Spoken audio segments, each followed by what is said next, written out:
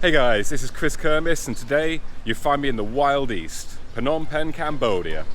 This is an unusual place, a city that moves really fast. I've been coming here quite a few years and I've really seen it change over the years. But in this video, I'm going to show some of the history of it, show what it's come through and show where it is today. So we're going to unfortunately start off a little dark because Cambodia has been through some truly horrific times. But it's important to understand that history so you can see where the city's moved to today. Haha, look at this, we're right back in Phnom Penh. Just walking outside the hotel and there's what looks like a Rolls Royce parked opposite. We're going a little bit more simple though, we're just going to go grab a tuk-tuk here. In 1975, the Khmer Rouge came into Phnom Penh. Within 48 hours they'd shut down everything, and within 3 days they'd forced everyone to leave all the cities in Cambodia. Pol Pot, the leader of the Khmer Rouge, envisioned a communal society led by those that worked the land. City people and their institutions all had to be destroyed. So he set out to begin anew. In what became known as Year Zero, he forced the entire population out to work in forced labour in collective farms. Many people died, and Pol Pot, descending ever further into madness, started a genocide against the people, killing anyone that he saw as a threat, including even his own family members. In the end, somewhere between 1.5 to 3 million people were killed, a quarter of the population of Cambodia. There were increasing numbers of defections as Pol Pot's madness grew and grew. The Vietnamese saw him and the regime as a threat. They invaded Cambodia, removing him from power, but not before he decimated the country, changing it forever. And this memorial stupa in the centre here was built in 1988 to commemorate the victims here. There's 17 levels in there, with around 5,000 human skulls.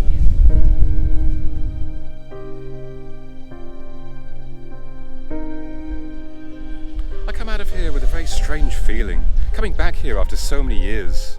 I was first here 17 years ago and it's changed so much. Back then it was very raw. There was nothing around, it was just dirt roads between central Phnom Penh and here.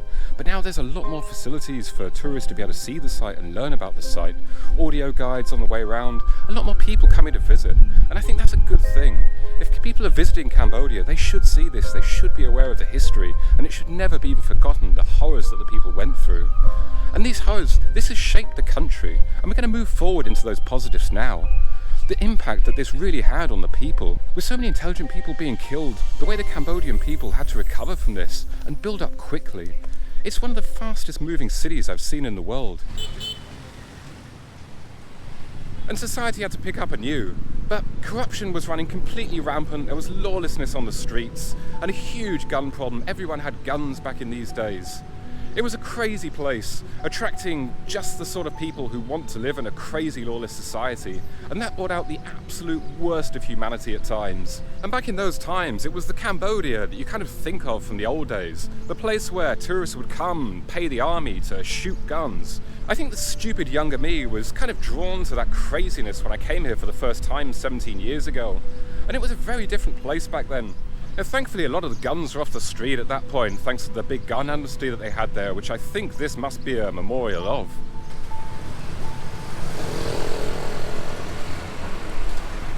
But Phnom Penh also has some amazing historic sites, beautiful temples dotted around the city. This one's Wat Phnom, and it's actually the only hill in the city.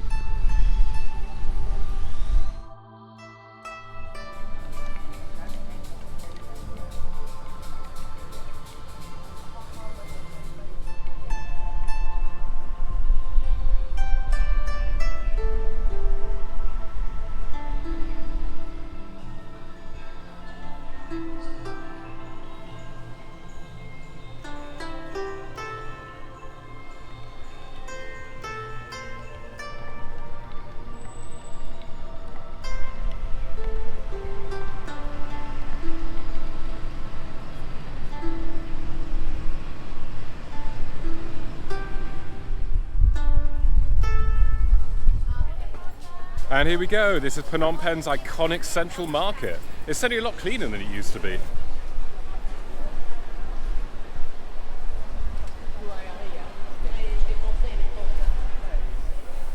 Then we come into this huge hallway in the middle. It's really quite fantastic. It's all filled with jewellery here, watches, all this kind of thing. And then each of the branches off to the side, just loads of clothes, knockoff t-shirts.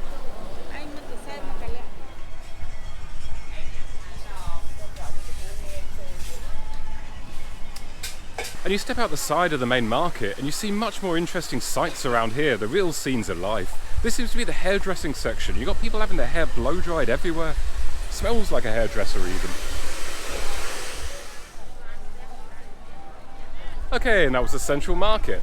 We're going to take a little wander down now to the infamous Street 172, which I'll tell you more about in a second.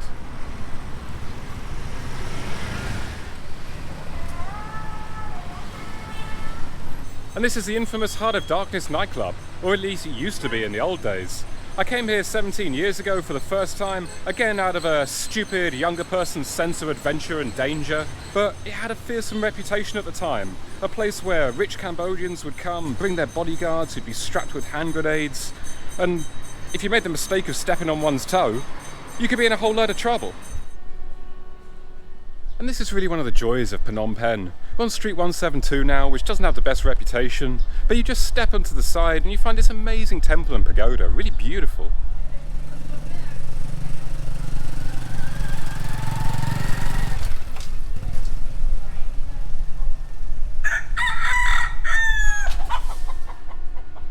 Chicken's got a little home up there in the roof.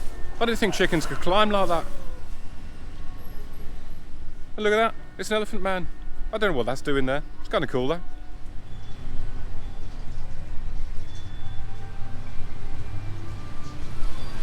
And this is Street 172. Well, what's Street 172, you ask? Good question.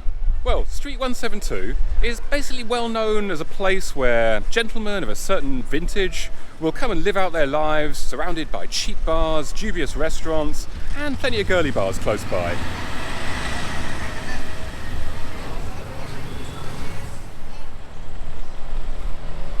And there we are, just a stone's throw around the corner from 172 at the National Museum. I absolutely love this building. Not actually going to go inside today, but the best thing about this place is just seeing it from the outside. It's absolutely beautiful. And this is another classic Phnom Penh spot right here, Riverside. Full of bars and nightlife. It's changed so much over the years though. I see signs everywhere here for happy pizza. That still seems to be a thing here. You know what makes it happy, of course? And this is the life right here, happy hour in a riverside bar. And the view's not too shabby either.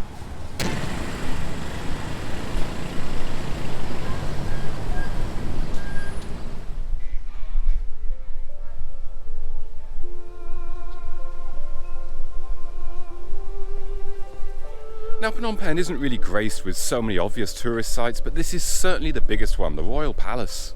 Now, it's true what they say, there's not really so much you can go around and explore here. It is expensive to visit by Cambodian standards, but at the same time it is beautiful.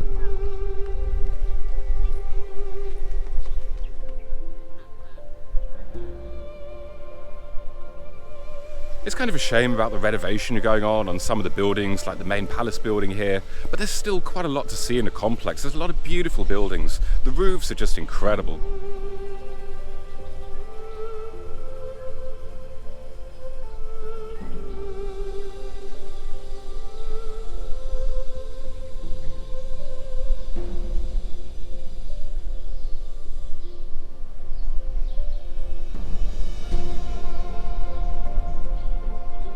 And coming out of the side of the palace to the other courtyard, we find this lovely, lovely space surrounded by these beautiful stupas, and in the centerpiece, the Temple of the Emerald Buddha. The best thing about walking around this section of the palace is really just the grounds. It's beautiful around here with the amazing stupas and the murals running all the way around. You can actually go into the Temple of the Emerald Buddha, but they don't allow photography and video in there. They're pretty strict with the rules there.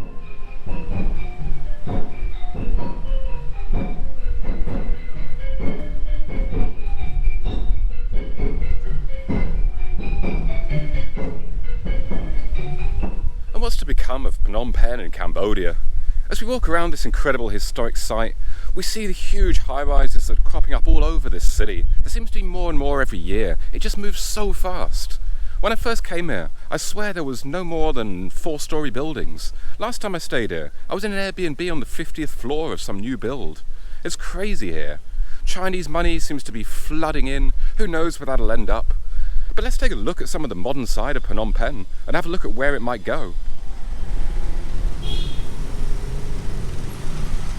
And And here we really start to see the modern Phnom Penh. Huge high-rises everywhere, just cropping up all over the city. We've got the Naga World casino behind, I assume for Chinese gambling. Hotel complexes there as well. These big high-rise apartment blocks that you see behind me. But even amongst all this, we see this lovely temple behind, amidst these huge high-rises. But it's really a bit of a giveaway around here. Chinese writing rather than Khmer. Big golden rabbits for the year of the rabbit. A very different vibe around here for sure. It feels almost like being in a different city.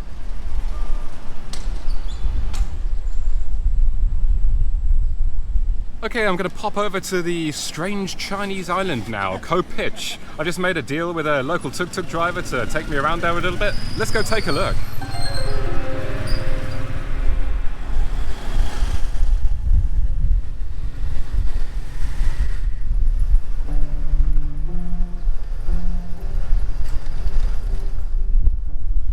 And this rather artificial take on the Arc de Triomphe that you see behind me is called the Elysee. It's the centerpiece of this huge building complex which just stretches down the road as far as you can see on either side. When I came here 3 years ago, it was a new build. Everything was completely deserted there, as was most of this island, to be perfectly honest. There's a bit more life here now, but still nothing compared with the amount of buildings that have sprung up here. Of course, this was built and then COVID happened. The Chinese couldn't travel, so a lot of these buildings are still not really populated.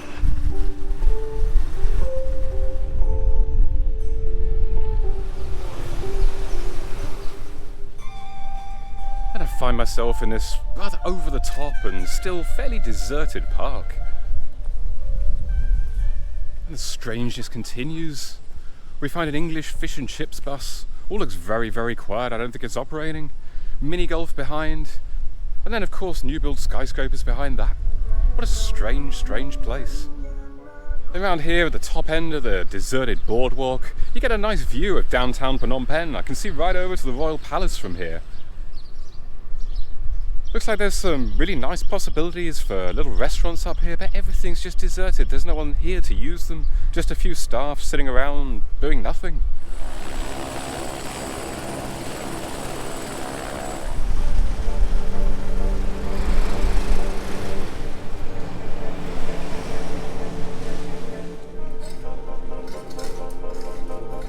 Okay, let's go up the Phnom Penh Tower and see the city from above. There's a sky bar up the top called Eclipse Bar, which was the first sky bar in Phnom Penh, and also this tower is the first high-rise in Phnom Penh. So I've just popped up to the Eclipse Sky Bar, just at opening time, just as the sun's starting to set, to really try and put the city in perspective, to see the skyline, to see all these new tower blocks and high-rises cropping up everywhere. It's quite amazing the view up here, because you see not just the high-rises, but you see these beautiful temples and the palace and the river as well. Fantastic. And then if you listen carefully enough, you hear the roar of the Ferrari engine down below. What a crazy place. Cheers.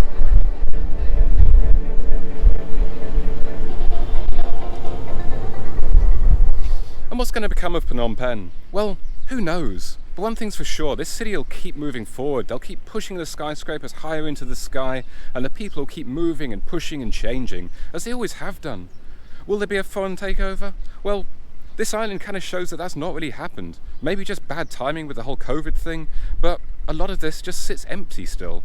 So Phnom Penh still has its soul, but it's definitely changing, and the outside influences here are very clear. But it's a great city. It's still a slightly edgy city, it's still a raw city, but it's a city where you can still find excitement. And I love it for what it is. And so I hope you've enjoyed this video.